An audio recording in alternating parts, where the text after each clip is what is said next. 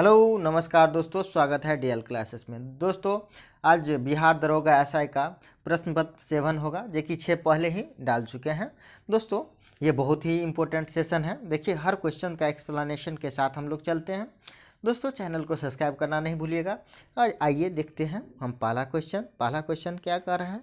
देखिए पहला क्वेश्चन कह रहा है, भारत में पूंजी निर्माण संबंधी आंकड़े कौन जारी करता है। तो कौन जारी करता है, तो फर्स्ट का आंसर हो जाएगा ऑप्शन नंबर सी, जो कि सीएसओ के द्वारा जारी किया जाता है। देखिए एक्सप्लेनेशन है, पूंजी निर्माण संबंधी सभी आंकड़े सीएसओ द्वारा जारी किए जाते हैं। सीएसओ का मुख्यालय नई दिल्ली में है। सीएसओ की स्थापना 1951 में की गई थी। देखिए दूसरा क्वेश्चन है, दादा भाई नौरोजी के आकलन के अनुसार वर्ष 1867 से 68 में प्रति व्यक्ति आय कितनी थी। दूसरा का आंसर हो जाएगा ऑप्शन नंबर ए, जो कि 20 रुपया थी। देखिए दादा भाई नौरोजी ने सर्वप्रथम प्रति व्यक्ति आय की गणना 1867-68 में किया। उस समय प्रति व्यक्ति आय 20 रुपये थी। दादा भाई नौरोजी को grand old man of India के नाम से भी जाना जाता है। क्वेश्चन नंबर 3 देखिए, द्वितीय पंचवर्षीय योजना किस मॉडल पर आधारित थी। तीसरा का आंसर हो जाएगा ऑप्शन नंबर बी, जो कि पीसी महालनोबिस के मॉडल पर आधारित थी। देखिए द्वितीय पंचवर्षीय योजना का कार्यकाल है 56 से 61। पीसी महालनोबिस मॉडल पर आधारित इस योजना का प्रमुख उद्देश्य समाजवादी समाज की स्थापना करना तथा इसमें भारी उद्योग एवं खनिजों को प्राथमिकता दी गई। क्वेश्चन नंबर 4 देखिए, बोकारो स्टील प्लांट की स्थापना किस देश के सहयोग से की गई। किस देश के सहयोग से, तो 4 का आंसर हो जाएगा ऑप्शन नंबर डी, भूतपूर्व सोवियत संघ रूस के सहयोग से। देखिए स्वतंत्रता के बाद दूसरी पंचवर्षीय योजना के दौरान विदेशी सहयोग के 3 नए एकीकृत इस्पात संयंत्र की स्थापना किया गया। 1964 में एक अनएकीकृत स्टील प्लांट विदेशी सहयोग के साथ स्थापित किया गया। पहला देखिए 1959 में जर्मनी के सहयोग से ओडिशा में राउरकेला स्टील प्लांट की स्थापना हुआ। दूसरा 1955 में रूसी सहयोग से छत्तीसगढ़ में भिलाई स्टील प्लांट। तीसरा 1956 में यूनाइटेड किंगडम के सहयोग से पश्चिम बंगाल में दुर्गापुर स्टील प्लांट। चौथा है 1964 में रूसी सहयोग से झारखंड में बोकारो स्टील प्लांट हो गया चौथा। देखिए अब क्वेश्चन नंबर 5 देखिए, किसने कहा था कि अर्थशास्त्र वास्तविक विज्ञान है। किसने कहा था, तो 5 का आंसर हो जाएगा ऑप्शन नंबर बी। देखिए रॉबिन्सन ने कहा था।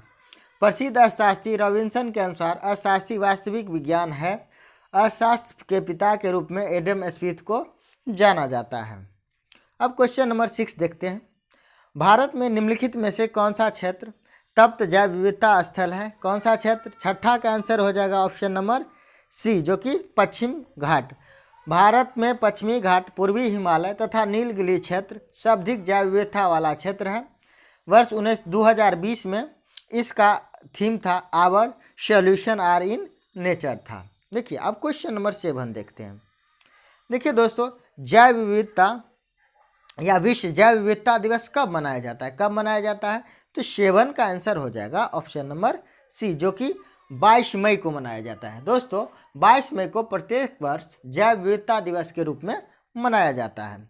क्वेश्चन नंबर 8 देखिए, निम्नलिखित में से कौन एक एकीकृत परितंत्र है। कौन है, 8 का आंसर हो जाएगा दोस्तों ऑप्शन नंबर डी, जो कि बगीचा। देखिए वन, तालाब, झील, घास मैदान, सागर आदि प्राकृतिक परितंत्र है। पारिस्थितिक तंत्र में उदाहरण है बगीचा, खेत आदि कृत्रिम परितंत्र का उदाहरण है। अब क्वेश्चन नंबर 9 देखते हैं। 9 है, निम्नलिखित में कौन न्यूनतम पर्यावरणीय प्रदूषण का उदाहरण है। तो कौन है दोस्तों, 9 का आंसर हो जाएगा ऑप्शन नंबर सी, जो कि हाइड्रोजन है। देखिए हाइड्रोजन न्यूनतम पर्यावरणीय प्रदूषण का उदाहरण है। ठीक है, क्वेश्चन नंबर 10 देखते हैं। भारत सरकार द्वारा भूमि क्षरण प्रशस्ता प्राप्त करने का लक्ष्य रखा गया। कब तक रखा गया, तो 10 का आंसर हो जाएगा ऑप्शन नंबर ए, जो कि 2030 तक। देखिए कोप 14 सम्मेलन में भारत ने भूमि क्षरण तटस्थल 2030 तक प्राप्त करने का लक्ष्य रखा है। क्वेश्चन नंबर 11 देखते हैं। भारत की जनगणना 2011 के अनुसार भारत के निम्नलिखित राज्यों में से कौन सा एक राज्य न्यूनतम आबादी वाला राज्य है? कौन सा है? 11 का आंसर हो जाएगा ऑप्शन नंबर डी, जो कि पंजाब है। देखिए, जनगणना 2011 के अनुसार राज्यों की जनसंख्या इस प्रकार है। महाराष्ट्र का है 11, 23, 74, 333, ठीक है। बिहार का है 10, 40, 99, 452। दोस्तों, ये कोडिंग में ठीक रहता है। देखिए, पश्चिम बंगाल का है 91347736 और पंजाब का है 27704236, ठीक है। क्वेश्चन नंबर 12 देखिए, निम्नलिखित में से कौन सा भारतीय राज्य 2 अथवा अधिक देशों के साथ अंतर्राष्ट्रीय सीमा को साझा नहीं करता? कौन सा राज्य? तो 12 का आंसर हो जाएगा ऑप्शन नंबर डी, जो कि त्रिपुरा। त्रिपुरा 3 ओर से बंगाल से घिरा हुआ है, केवल उत्तर पूर्व में यह असम और मिजोरम से जुड़ा हुआ है। क्वेश्चन नंबर 13 देखिए, गॉडविन ऑस्टिन या केटू जो भारत की सबसे ऊंची चोटी है, किस हिमालय क्षेत्र के अंतर्गत आते हैं? किस हिमालय क्षेत्र के अंतर्गत आते हैं? तो 13 का आंसर हो जाएगा ऑप्शन नंबर ए, जो कि ट्रांस हिमालय क्षेत्र के अंतर्गत आते हैं। देखिए, ट्रांस हिमालय के क्षेत्र के अंतर्गत कराकोरम, लद्दाख, जासकर आदि पर्वत श्रेणियां आती है। कराकोरम की सर्वोच्च चोटी केटू या गॉडविन ऑस्टिन 8611 मीटर की ऊंचाई से भारत का दूसरा चोटी है, जो कि भारत में सबसे ऊंची चोटी माना जाता है। और देखिए, नेपाल में प्रथम है माउंट एवरेस्ट। अब क्वेश्चन नंबर 14 देखिए, कृष्णराज सागर बांध या जलाशय किस नदी पर बनाया गया है? किस नदी पर बनाया गया है? 14 का आंसर हो जाएगा ऑप्शन नंबर डी, जो कि कावेरी नदी पर बनाया गया है। कृष्णराज सागर बांध कर्नाटक में कावेरी नदी पर स्थित है। इसकी ऊंचाई 130 फुट है। नागार्जुन सागर बांध तेलंगाना में किस नदी पे स्थित है? ठीक है। क्वेश्चन नंबर 15 देखते हैं, भारत में मानसून की अवधि औसतन कितने समय के लिए विस्तारित होती है? कितने समय के लिए? 15 का आंसर हो जाएगा ऑप्शन नंबर बी, जो कि 100 से 120 दिन। देखिए, मानसून जून के प्रथम सप्ताह में भारत में प्रवेश करता है और सितंबर के अंत तक यह संपूर्ण भारत में वापस लौट जाता है। अतः जून से सितंबर के मध्य मानसून की अवधि लगभग 100 से 120 दिनों की होती है। अब क्वेश्चन नंबर 16 देखिए, 16 का रहा, निम्नलिखित में से कौन सी प्रशांत महासागर की जलधारा नहीं है? कौन सी नहीं है? 16 का आंसर हो जाएगा ऑप्शन नंबर सी, जो कि अल्गोहाशा धारा। देखिए, अल्गोहाशा धारा हिंद महासागर में बहने वाली गर्म जल धारा है। अलास्का प्रशांत महासागर की गर्म जल धारा है। ओयासियो प्रशांत महासागर की ठंडी जल धारा है। कैलिफोर्निया प्रशांत महासागर की ठंडी जलधारा है। क्वेश्चन नंबर 17 आप देखते हैं, निम्नलिखित में से कौन सा एक शीर्ष स्थानीय पवन कोल्ड लोकल विंड है? कौन सा? 17 का आंसर हो जाएगा ऑप्शन नंबर डी, जो कि मिस्ट्रिल। देखिए, मिस्ट्रिल स्पेन एवं फ्रांस में चलने वाली स्थानीय शीतल पवनें हैं। हरमट्टम यह सहारा मरुस्थल से दक्षिण पश्चिम दिशा में चलने वाली गर्म तथा शुष्क पवन है। इसे गिन्नी तट पर डॉक्टर वायु एवं फारस की खाड़ी के उत्तर पूर्व में शामल कहा जाता है। फॉन देखिए, फॉन यह अल्पस पर्वत के उत्तरी ढाल से उतरने वाली गर्म एवं शुष्क हवा है। शाब्दिक प्रभाव स्विट्जरलैंड में होता है। चिनूक एक पवन है। देखिए, चिनूक यह गर्म पवन है जो संयुक्त राज्य अमेरिका में रॉकी पर्वत की ढालों और कनाडा में चलती है। अब क्वेश्चन नंबर 18 देखते हैं, निम्न में से कौन सा सही सुमेलन नहीं है? कौन सा नहीं है? 18 का आंसर हो जाएगा ऑप्शन नंबर डी, जो कि डेन्यूब कैस्पियन सागर, ये सुमेलन नहीं है। डेन्यूब जो हो जाएगा, डेन्यूब नदी का उद्गम है ब्लैक फॉरेस्ट जर्मनी में। डेन्यूब नदी गिरने का स्थान काला सागर है। अब क्वेश्चन नंबर देखिए 18 में ये सब सही है, देख लीजिएगा। मिकांग दक्षिण चीन सागर, इरावदी बंगाल की खाड़ी, बोलगा कैस्पियन सागर। क्वेश्चन नंबर 19 देखिए, निम्न में से कौन सा सही सुमेलन नहीं है? कौन सा नहीं है? 19 का आंसर हो जाएगा ऑप्शन नंबर सी, जो कि इक्वाडोर बोगोटा। इक्वाडोर जो है हो जाएगा आपको क्वेटो से और कोलंबिया बोगोटो से, ठीक है। और ये सब सही है। किर्गिस्तान बिश्केक, सूरीनाम पारामारिबो और बुल्गारिया सोफिया। राजधानी है। क्वेश्चन नंबर 20 देखिए, संकोशी नदी किन दो राज्यों के बीच सीमा बनाती है? किन दो राज्यों के बीच? 20 का आंसर हो जाएगा ऑप्शन नंबर बी, जो कि असम और अरुणाचल प्रदेश के बीच। देखिए, संकोशी नदी उत्तरी भूटान से निकलती है। असम में यह नदी ब्रह्मपुत्र में सम्मिलित हो जाती है। यह नदी असम और अरुणाचल प्रदेश के बीच सीमा का निर्धारण करती है। अब क्वेश्चन नंबर 21 देखते हैं, डाफला और सिंगपो जनजातियां किस प्रदेश में पाई जाती है? किस प्रदेश में? 21 का आंसर हो जाएगा ऑप्शन नंबर सी, जो कि अरुणाचल प्रदेश में। देखिए, अरुणाचल प्रदेश में डाफला, सिंगपो, मिसमी प्रजातियां हैं। मणिपुर में कुकी जनजातियां हैं। असम में लुसाई, अबोर, बोडो जनजातियां पाई जाती है। और नागालैंड में अंगामी और नबुई जो है जनजातियां पाई जाती हैं। अब क्वेश्चन नंबर दोस्तों 22 देखते हैं, कैथोड किरणें में होता है, क्या होता है? 22 का आंसर हो जाएगा ऑप्शन नंबर सी, जो कि हो जाएगा न तो द्रव्यमान और न ही आवेश होता है। देखिए, कैथोड किरणें परमाणु में पाए जाने वाला ऋणावेशित अर्थात इलेक्ट्रॉन से बनी होती है। इलेक्ट्रॉन द्रव्यमान युक्त कण है, अतः कैथोड किरणें में द्रव्यमान अथवा आवेश दोनों होता है। ठीक है।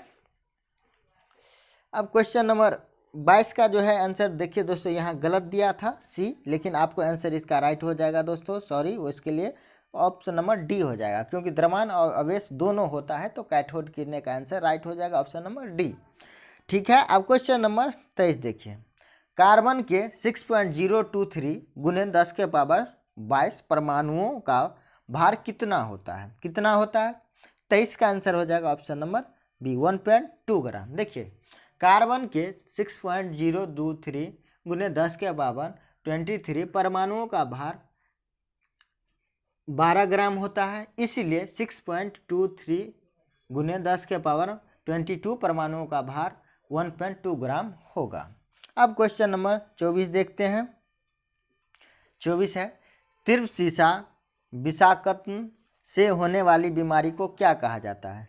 क्या कहा जाता है? 24 का आंसर हो जाएगा दोस्तों ऑप्शन नंबर ए, जो कि प्लम्बिज्म कहा जाता है। देखिए, शीशा विषाक्त के फलस्वरूप होने वाली बीमारी को प्लम्बिज्म, कोलिका, टिक्टोनम, सर्निज्म अथवा पेंटर्स कोलिक कहते हैं। क्वेश्चन नंबर 25 है। क्वेश्चन नंबर 25 कहता है, निम्नलिखित में से मैग्नेटाइट सूत्र है, कौन सा है? तो 25 का आंसर हो जाएगा ऑप्शन नंबर बी, Fe3O4। दोस्तों, Fe3O3 हेमाटाइट का है, Fe3O4 मैग्नेटाइट का है, FeCO3 सीडेराइट का है और 2Fe2O3 प्लस 3H2O लिमोनाइट का है। अब क्वेश्चन नंबर 26 देखिए, समुद्र के जल का शोधन करने के लिए समान रूप से प्रयोग की जाने वाली भौतिक प्रणाली है, कौन सा है? तो 26 का आंसर हो जाएगा ऑप्शन नंबर ए, आसवन। समुद्र जल के शोधन करने के लिए समान रूप से आसवन विधि का प्रयोग किया जाता है। अब क्वेश्चन नंबर 27 देखिए, वायु में हाइड्रोजन जब जलती है तो क्या पैदा करती है? क्या पैदा करती है? 27 का आंसर हो जाएगा ऑप्शन नंबर डी, जो कि जल पैदा करती है। वायु में हाइड्रोजन जब जलती है तो जल पैदा करती है।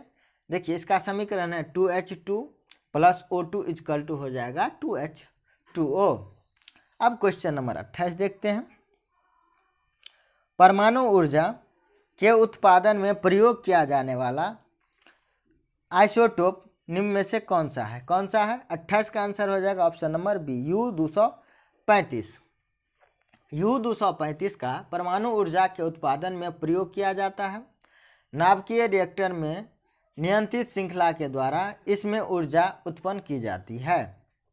क्वेश्चन नंबर 29 देखिए, नाइट्रोजन युक्त उर्वरक के उत्पादन का मुख्य स्रोत क्या है? क्या है? 29 का आंसर हो जाएगा ऑप्शन नंबर सी, जो कि अमोनिया होगा। वातावरण में उपस्थित नाइट्रोजन मुक्त अवस्था में रहता है।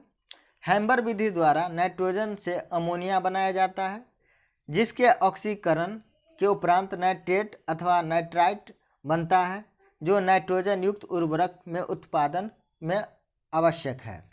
अब क्वेश्चन नंबर 30 देखिए, दूध या मैग्नीशियम में कौन सा क्षारक पाया जाता है, कौन सा? तो 30 का आंसर हो जाएगा ऑप्शन नंबर ए, जो कि मैग्नीशियम हाइड्रोक्साइड।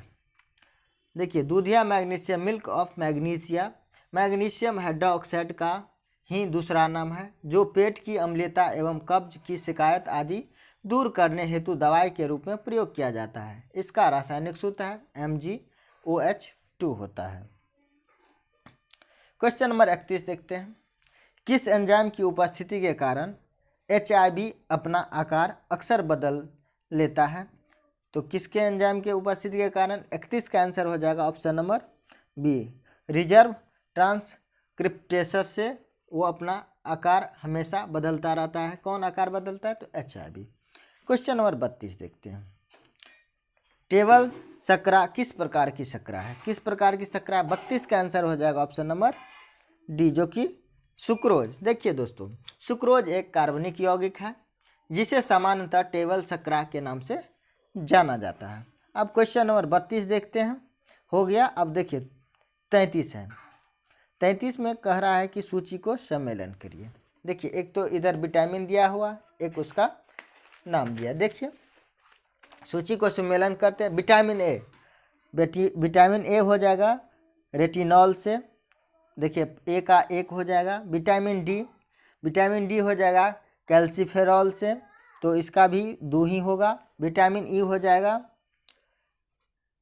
टेकोफेरॉल से, ये भी 3 ही होगा। और विटामिन के हो जाएगा फ्लोक्विनोन से।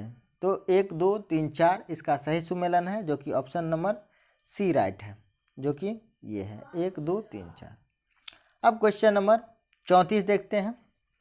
विटामिन ई विशेषतः किसके लिए महत्वपूर्ण है? किसके लिए? 34 का आंसर हो जाएगा ऑप्शन नंबर सी, जो कि उपकला एपिथीलियम ऊतकों के समान स्वास्थ्य के लिए। देखिए, विटामिन ई का प्रमुख स्रोत है तेल, गेहूं, अंडे की जर्दी, सोयाबीन है। कोशिका कला की सुरक्षा, जननी एपिथीलियम की वृद्धि तथा पेशियों की क्रियाशीलता के लिए उत्तरदायी है। इसकी कमी से जनन क्षमता में कमी, जननांग तथा पेशियां कमजोर हो जाती है। अब क्वेश्चन नंबर 35 देखिए। मूत्र के स्रावन को बढ़ाने वाली औषधि को क्या कहा जाता है? क्या कहा जाता है? तो 35 का आंसर हो जाएगा ऑप्शन नंबर सी, जो कि डायूरेटिक है। मूत्र के स्रावन को बढ़ाने वाली औषधि को डायूरेटिक कहते हैं। अब क्वेश्चन नंबर दोस्तों 36 देखिए। देखिए, 36 कह रहा है अस्थियों से मांसपेशियों को जोड़ने वाली संयोजी ऊतक क्या कहलाता है? क्या कहलाता है? तो 36 का आंसर हो जाएगा ऑप्शन नंबर ए, जो कि कंडारा कहलाता है। देखिए, अस्थियों में मांसपेशियों से जोड़ने वाला संयोजी ऊतक कंडारा कहलाता है, जबकि अस्थियों से जोड़ने वाला ऊतक स्नायु लिगामेंट कहलाता है। क्वेश्चन नंबर अब 37 देख लीजिए। 37 कह रहा है मानव मस्तिष्क में कितने निलय होते हैं? निलय पूछ रहा है, तो मानव मस्तिष्क में दोस्तों 4 निलय हो जाते हैं, जबकि ऑप्शन नंबर डी इसका राइट हो जाएगा। देखिए, मानव मस्तिष्क में 4 निलय होते हैं। 2 पार्श्व निलय जो दाएं एवं बाएं गोलार्ध में स्थित होते हैं, अग्र मस्तिष्क में तृतीय निलय और पश्च मस्तिष्क में चतुर्थ निलय होते हैं। देखिए, अब क्वेश्चन नंबर 38 क्या कह रहा है? 38 कह रहा है कि एक पक्षी तथा कीट के पंख कैसे होते हैं? तो कैसे होते हैं? 38 का आंसर हो जाएगा ऑप्शन नंबर सी, जो कि समवर्ती होते हैं। देखिए, एक पक्षी और कीट की पंख समवर्ती अंग के उदाहरण है। क्वेश्चन नंबर 39 देख लीजिए दोस्तों। परागन क्या होता है? क्या होता है? 39 का आंसर हो जाएगा ऑप्शन नंबर बी, जो कि पराग कोशों से वर्तिकाग्र की ओर परागनों का स्थानांतरण परागन कहलाता है। अब देखिए, परागकणों का परागकोश से निकलने वाला अंडप के वर्तिकाग्र पर पहुंचने की क्रिया को परागन कहते हैं। परागन 2 प्रकार के होते हैं, स्वपरागन और परपरागन। अब क्वेश्चन नंबर 40 देखते हैं दोस्तों। 40 कह रहा है, 40 यह है कि पौधों में प्रकाशानुवर्ती संचालन किसके द्वारा नियंत्रण किया जाता है? किसके द्वारा? तो 40 का आंसर हो जाएगा ऑप्शन नंबर ए, जो कि ऑक्सिन के द्वारा नियंत्रण होता है। देखिए, पादप हार्मोन ऑक्सिन के उचित वितरण से पादप के प्रकाशानुवर्ती संचालन को नियंत्रित किया जाता है। अब क्वेश्चन नंबर 41 देखिए। 41 कह रहा है समान चुंबकीय क्षेत्र किस को दर्शाता या किससे दर्शाया जाता है, किससे दर्शाया जाता है? 41 का आंसर हो जाएगा ऑप्शन नंबर बी, समानांतर रेखाओं से। देखिए एक समान चुंबकीय क्षेत्रों को समानांतर रेखाओं को दर्शाया जाता है। क्वेश्चन नंबर 42 बहुलमापी का प्रयोग किसके मापन में किया जाता है, किसके मापन में? तो 42 का आंसर हो जाएगा ऑप्शन नंबर डी, जो कि इनमें से समय, धारा, वोल्टता, प्रतिरोधता। देखिए बहुलमापी या मल्टीमीटर एक ऐसा उपकरण है जो कई भौतिक राशियों प्राय धारा, वोल्टता, प्रतिरोध आदि को मापने में उपयोग किया जाता है। अब क्वेश्चन नंबर दोस्तों 43 देखते हैं। निम्नलिखित में से कौन सा एक सदिश मात्रक नहीं है, कौन सा नहीं है? तो 43 का आंसर हो जाएगा ऑप्शन नंबर ए, जो कि समय। देखिए दोस्तों सदिश राशि में हो जाएगा वेग, बल, विस्थापन, त्वरण, संवेग, विद्युत क्षेत्र, चुंबकीय क्षेत्र, चुंबकीय प्रेरणा, कोणीय गति, ये सब सदिश हो जाएगा। कुछ अदिश राशि भी देखिए। अदिश राशि है द्रव्यमान, चाल, आयतन, कार्य, समय, ऊर्जा, विद्युत धारा और दाब और ताप है। देखिए अब क्वेश्चन नंबर 44 देखते हैं। 44 कह रहा है कि निम्नलिखित में से किस भौतिक मात्रा के युग्म की समान विमाएँ हैं, किसकी है? तो 44 का आंसर हो जाएगा ऑप्शन नंबर बी, कार्य एवं ऊर्जा। देखिए कार्य एवं ऊर्जा की विमाएँ समान होती है। कार्य इक्वल टू बल गुने विस्थापन होता है। किसी वस्तु पर किया गया कार्य उसमें ऊर्जा के रूप में संचित किया जाता है। क्वेश्चन नंबर 45 देखिए। 45 कह रहा है कि एक पौधे पर पुष्पन होने के लिए उत्तरदायी हार्मोन है, कौन है? 45 का आंसर हो जाएगा ऑप्शन नंबर डी, जो कि फ्लोरिजेन है। अब देखिए इसका एक्सप्लेनेशन है। फ्लोरिजेन हाइपोथियासिस हार्मोन है जो पौधे में फूलन को नियंत्रण करने के लिए जिम्मेदार है। यह पत्तियों में उत्पन्न होता है। देखिए जिब्रेलिन हार्मोन पौधे के तनों की लंबाई में वृद्धि करना और बीजों की प्रस्तुति को तोड़कर उनके अंकुरण में मदद करता है। और एक है साइटोकाइनिन हार्मोन जो कि कोशिकाएं विभाजन को प्रेरित करना, और एक है एथिलीन हार्मोन, फलों को पकाने का काम करता है एथिलीन हार्मोन। अब क्वेश्चन नंबर 46 देखिए। वास्तविक गैस निम्न में से किस स्थिति में एक आदर्श गैस के रूप में क्रिया कर सकती है? तो कैसे कर सकती है? 46 का आंसर हो जाएगा ऑप्शन नंबर ए, जो कि निम्न दाब और उच्च तापमान। देखिए तो एक वास्तविक गैस निम्न दाब और उच्च तापमान पर एक आदर्श गैस के रूप में क्रिया कर सकती है। अब क्वेश्चन नंबर 47 देखिए। किस अधिनियम द्वारा भारत में प्रांतों को स्वायत्तता प्रदान की गई थी? किस अधिनियम द्वारा? तो 47 का आंसर हो जाएगा ऑप्शन नंबर सी, जो कि 1935 भारत सरकार अधिनियम द्वारा।